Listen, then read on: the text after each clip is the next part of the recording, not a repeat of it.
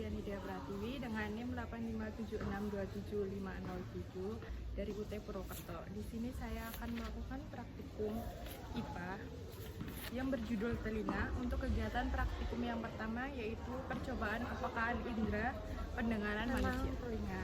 Tujuan dari praktikum ini yaitu adalah untuk mengetahui kepekaan indera pendengaran seseorang. Adapun alat dan bahan yang kita gunakan yaitu ada 1 sendok makan, terus ada mangkok, terus ada penutup ini kapas. Oke, untuk cara kerjanya yaitu yang pertama, tutup mata temanmu dengan sapu tangan. Untuk teman yang lainnya memegang sendok dan mangkok, kemudian berdiri berjarak di belakang yang ditutup mata sekitar 1 meter, 2 meter, 3 meter, dan ditutup mata, telinganya bergantian ditutupi dengan kapas. Untuk yang pertama, jarak 1 meter dan telinga kanan ditutup. Kemudian telinga kiri yang ditutup. Selanjutnya untuk jarak 2 meter. Bergantian telinga kanan, kiri. Selanjutnya 3 meter. Selanjutnya untuk 6 meter.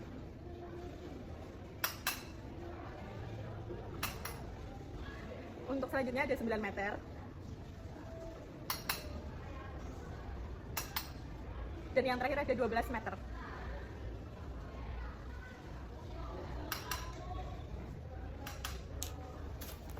Untuk praktikum selanjutnya yaitu yang kedua, ada percobaan struktur dan fungsi telinga. Di praktikum ini adalah mengetahui bagian-bagian yang menyusun telinga beserta fungsinya. Adapun cara kerjanya yaitu perhatikan gambar struktur alat pendengaran manusia. Yang kedua ada beri nama dan jelaskan fungsi-fungsi bagian telinga mulai dari telinga dalam sampai ke telinga luar. Lalu masukkan ke dalam tabel pengamatan. Yaitu ada telinga bagian luar yang berfungsi sebagai menangkap, mengumpulkan, dan mengarahkan gelombang suara yang ada di sekitar agar dapat masuk ke dalam saluran telinga. Yang kedua ada saluran telinga luar. Saluran telinga luar berfungsi sebagai jalan masuknya gelombang suara menuju gendang telinga, serta menghasilkan minyak serumen untuk memerangkap kotoran atau serangga yang masuk. Yang ketiga, yaitu gendang telinga. Gendang telinga itu berfungsi untuk menerima getaran gelombang suara dari telinga luar, lalu mengubahnya menjadi getaran mekanis untuk diteruskan ke tulang-tulang pendengaran. Yang keempat ada tulang pendengaran. Bagian ini menunjukkan pada 3 tulang pendengaran kecil, yaitu ada tulang martil, tulang landasan, dan tulang sanggurdil, yang berfungsi untuk memperkuat getaran suara dari gendang telinga dan meneruskan ke telinga bagian dalam. Yang kelima ada saluran Escatius, yang berfungsi untuk menghubungkan rongga telinga tengah dengan rongga telinga nasofaring guna menyeimbangkan tekanan udara di dalam telinga tengah dengan tekanan udara di telinga luar.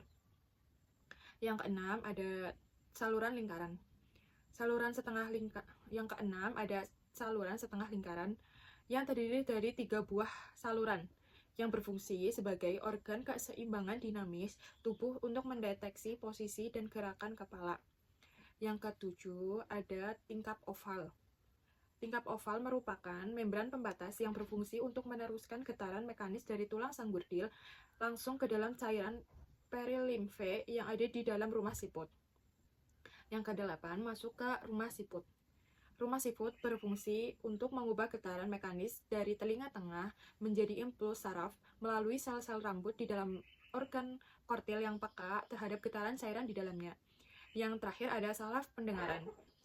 Saraf pendengaran berfungsi untuk menerima impuls saraf atau sinyal listrik yang dihasilkan oleh koklea, kemudian mengirimkannya ke otak untuk diterjemahkan menjadi suara yang kita dengar. Selanjutnya, kita masuk ke dalam praktikum yang ketiga, yaitu tentang mekanisme transmisi pendengaran. Tujuan dari praktikum ini sendiri yaitu untuk menjelaskan peristiwa yang terjadi pada bagian-bagian telinga yang dilalui getaran suara dari suatu sumber bunyi. Adapun cara kerjanya yaitu 1. Pelajari gambar transmisi pendengaran berikut. Yang kedua, menjelaskan peristiwa yang terjadi pada bagian-bagian telinga yang dilalui getaran suara secara berurutan sesuai nomor yang ada di gambar di atas. Untuk nomor yang pertama, yaitu getaran pada gendang telinga. Proses dimulai ketika gelombang suara masuk melalui saluran telinga dan memukul gendang pendengaran atau membran timpani. Hal ini menyebabkan gendang telinga bergetar maju mundur mengikuti frekuensi suara yang diterima. Yang kedua, transmisi melalui tulang pendengaran ke jendela oval. Getaran dari gendang telinga diteruskan dan diperkuat ke tulang pendengaran. Getaran tersebut kemudian menekan jendela oval yang merupakan pintu masuk menuju telinga bagian luar. Telinga bagian dalam. 3. Perambatan cairan di dalam koklea. Tekanan pada jendela oval menyebabkan cairan di dalam koklea mulai bergerak membentuk gelombang tekanan. Cairan ini mengalir di sepanjang saluran atas menuju ujung koklea. Nomor 4. Stimulasi ujung saraf sensoris. Gerakan cairan tersebut menekan membran basilaris dan menggetarkan sel-sel rambut. Pada ujung saraf sensoris, getaran mekanis ini diubah menjadi impuls listrik yang kemudian dikirim ke otak untuk diterjemahkan sebagai suara. Singkatnya kayak gini, ada gelombang suara masuk ke gendang telinga, tulang pendengaran, ke cairan koklea, dan yang terakhir ke saraf pendengaran. Oke, sekian dulu praktikum saya kali ini. Sampai bertemu di praktikum selanjutnya.